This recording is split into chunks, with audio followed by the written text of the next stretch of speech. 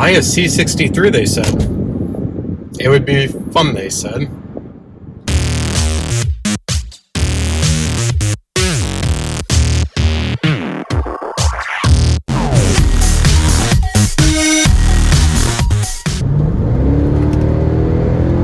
Fun indeed. Man, this is a great ride.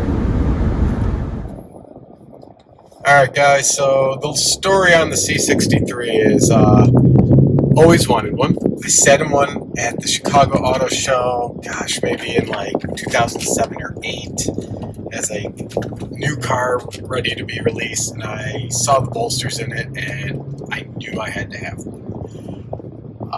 But living in Chicago, I was young, couldn't afford one, didn't make much practical sense with some of the snow that they get, so just kind of sat in the back of my head. However, just recently my wife and I and son moved to Florida, be closer to family and land of sunshine, and lo and behold, perfect weather for a C63. So we had a 2008 4Runner at the time. It was clean, perfect, very reliable, nothing wrong with it. The only thing that I had to fix was did have some frozen calipers on the pistons on the brakes. Just upgraded those, and it wasn't a big problem after that. And then the only other thing that happened was like a $9 part behind the brake pedal. That it's like the stop lamp switch or something like that. Literally unscrew it, screw something in, done. So I saw one. There's only like 2 available in Florida at the time, and I drove the one closest to home, and it was a pile of junk, and drove the second one, but I knew I loved it. I drove that one, and my wife and I both were like, this is the car for us. After hitting it really hard, I asked her how she liked it, and she said that the back of her throat hurt. It pushed her back so hard into the seat. So coming from a 4Runner with a couple hundred horsepower, I mean, it was nothing to write home about. She drives a Jeep, nothing crazy. So this was definitely at a different tier of intensity that we've both been used to. So then I found another one in Jacksonville. It was, gosh, maybe a 2.5 hour drive. Drove out there. That's a story for another day. We'll get into that. But ended up buying it, driving it home. I do know there's problems. Head bolts are a big one. This thing does have a Eurocharge version 4 tune. They are now on version 7. And the rails that run above the side of the car are peeling. I definitely am going to be sanding those down, repainting it, clear coating it. I'll make a video on that because I definitely want to be able to try to make it look clean. Some of the things that I know are wrong with it, it has some wheels on it without the TPMS, so I'm constantly getting dinged at for tire pressure monitor system. And I got a check engine light on now. I think it's the purge valve. I'll do a video on that. Trying to figure out how to diagnose this. What are we going to do about it? How are we going to fix it? How much is it going to cost? The front grille was plasti dipped really bad. It was chipping, peeling. It was all black.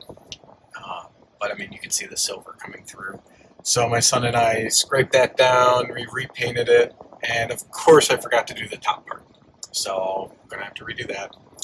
The center console here, the silver trim was peeling, and when I first went to look at the car, I cut my finger pretty bad. It was bleeding for the next couple hours.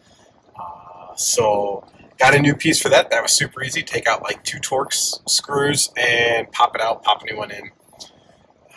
It does have an S-Cord radar jammer, everything. Here, I'll show you guys real quick. So that sits right there. Let me see, can I turn the video? That sits right there, and you can see the check engine light, tire pressure, monitor system, all messed up. So those are some of the things that I know are wrong with it. I'm going to do some touch-up paint just a little bit. It's got a little bit of rock chips. It's got 89,000 miles on it. Picked it up for a real good deal. some of the things that I do want to do, and I want to just get a baseline. What does it run in the quarter mile? We've had some fun with it, but what are we going to do about that and make it faster? Obviously, I think I'm going to go to a Eurocharge version 7. I'm going to upgrade to that.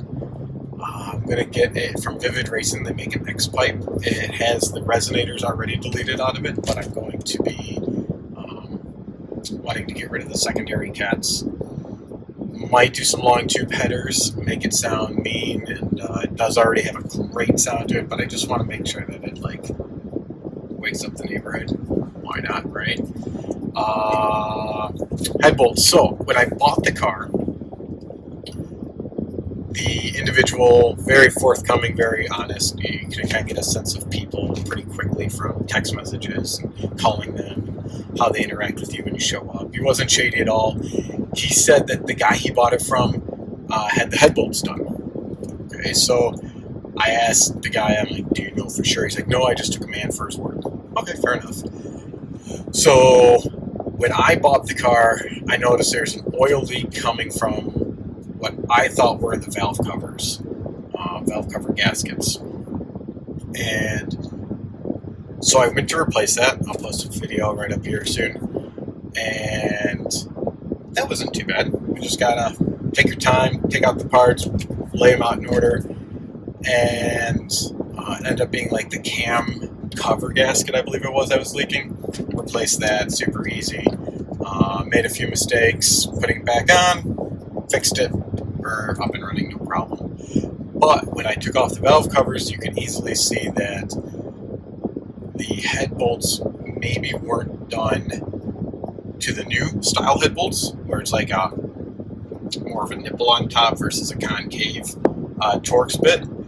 I forget the proper name for it. So if they were replaced, they were replaced with the OEM style from this year, which was the not the greatest ones.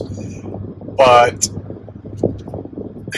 it's not giving me problems. However, I am preventative on stuff. I do want to learn how to do it. Can't be that hard. There are some things you can mess up with timing on the cams, and you got to get a cam timing holder thing. I don't know. I'll figure it out. I'll do a video on it because I definitely don't want to take it to the dealer and pay that price. That's just ridiculous. So let's figure out how to do it. What else do I need to do on it? That's about it right now. The reason I wanted a 2010 was I'm picky on some of the looks. I really like the look of this model before they did the facelift on it. However, it does come with the valve cover or head bolt problems. But I really like the side view mirrors when they're the LEDs on it instead of the big white cap on the mirrors. I don't find that appealing in my opinion. So I was pretty picky on that, and I like the look of the headlights on this versus the newer ones. They're just a little softer. It is what it is. So I knew what I was getting into. Again, it's far from perfect. Hey, even the steering wheel, I want to replace that too. I'll show you that, guys, that real quick. Is the steering wheel just kind of is just peeling. It's not bad, but it's definitely not great. So that'll be replaced. We'll do a video on that too, why not? But everything else, a few headlight bulbs went out, fixed those. Lumbar support didn't work. Found out it was just a fuse in back. Pop it out, pop a new one in. Wonderful. It was kind of interesting. When I got it too, is it had this escort radar. All the stuff's behind the grill, it's all hidden. But he said he couldn't ever get it to work. So I was like, it can't be that hard, right? I mean, it's an expensive system. Someone didn't put it in and not know what to do with it. So within 5 minutes, I found the power wire was just not hooked up to anything. So I did a very quick and easy, does this even work fix. I shoved the wire into a fuse socket that runs off the cigarette outlet out of the glove box. It usually always turns on. Not a permanent fix. And sure enough, it worked. It booted right up, drove it around for a couple days, functioned just how it should. I'm very impressed with it. And so I came up with a permanent solution. They have like I think a wiretap type thing. I'll post a link or show you a video of it too, at least a picture. And it just kind of is like a piggyback off one of the fuses. So the original fuse goes back in, and then it has a wire coming out that you can just crimp in this power wire. So a couple bucks from Amazon, overnighted that over, and man, it works. And man, really, who said C63s aren't fun? If you don't have a smile on your face, there's something wrong with you. And they were right. They are fun. Whew. Man. And I mean, you can hit 100 in no time. It's fun. So, can get you into trouble. Gotta be careful. But always safe to them when there's no cars around. Obviously, I don't need to tell you guys that. But this is my pride and joy right now.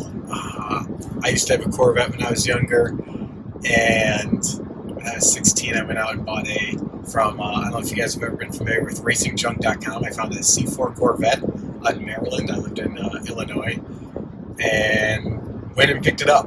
It was a 1988 Corvette C4 L98, I believe it was. And for a 16-year-old back in the early 2000s or something like that, it was a fun car.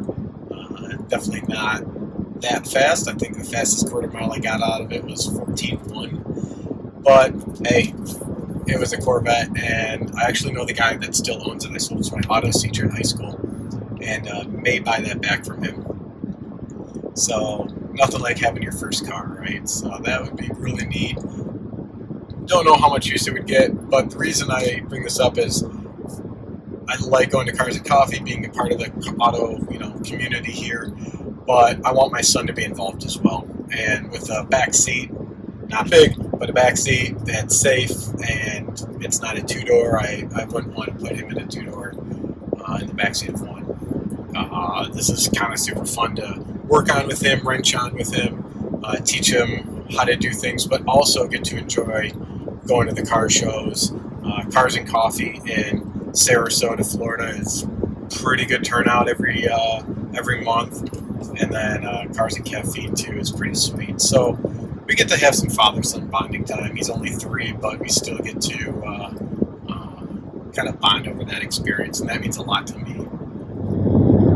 I hope you enjoyed my little video here on just kind of rambling about the C63, what I gave up.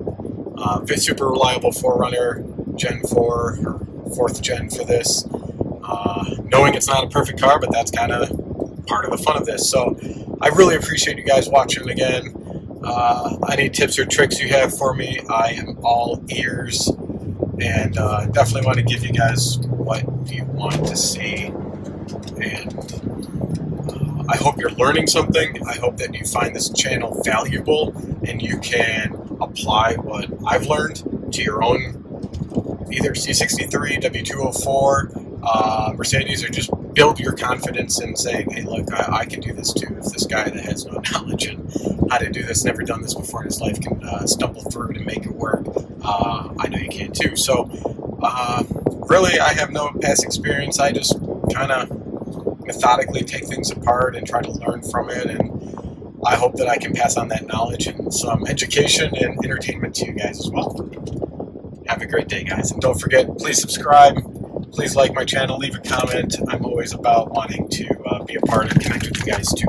So have a great day.